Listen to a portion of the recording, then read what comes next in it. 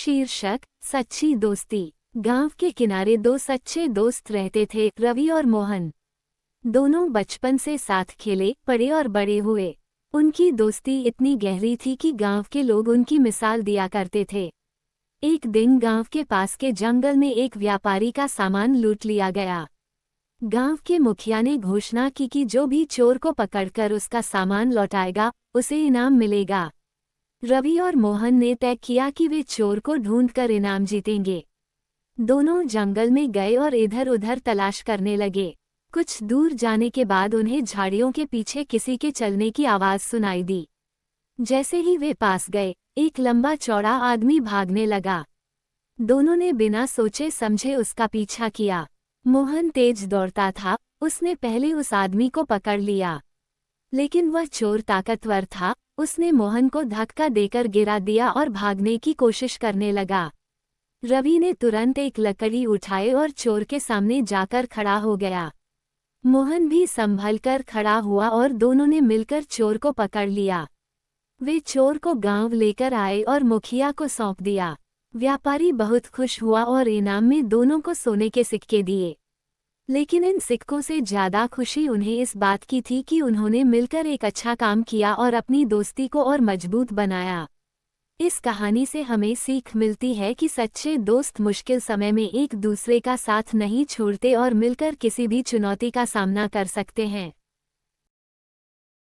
गांव की नई सुबह। भाग 1। गांव की दुनिया।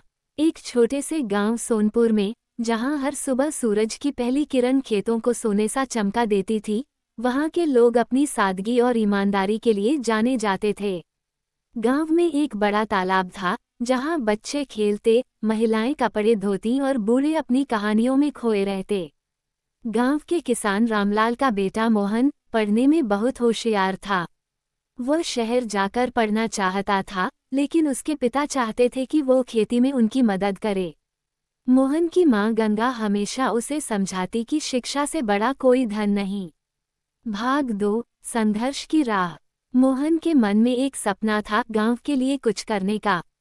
लेकिन बिना पैसे के वह आगे की पढ़ाई नहीं कर सकता था। उसने गांव के सरपंच बाबूजी से मदद मांगी।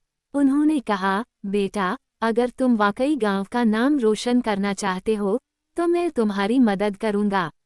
सरपंच ने मोहन को शहर के कॉलेज में दाखिला दिलवाने के लिए आर्थिक सहायता दी। लेकिन गांव के कुछ लोग इससे खुश नहीं थे। उन्हें लगता था कि एक गरीब किसान का बेटा पढ़ लिखकर उनसे आगे निकल जाएगा। भाग 3। सपनों की उड़ान। मोहन शहर गया और खूब मेहनत की। दिन में कॉलेज और रात को एक दुकान पर काम करता।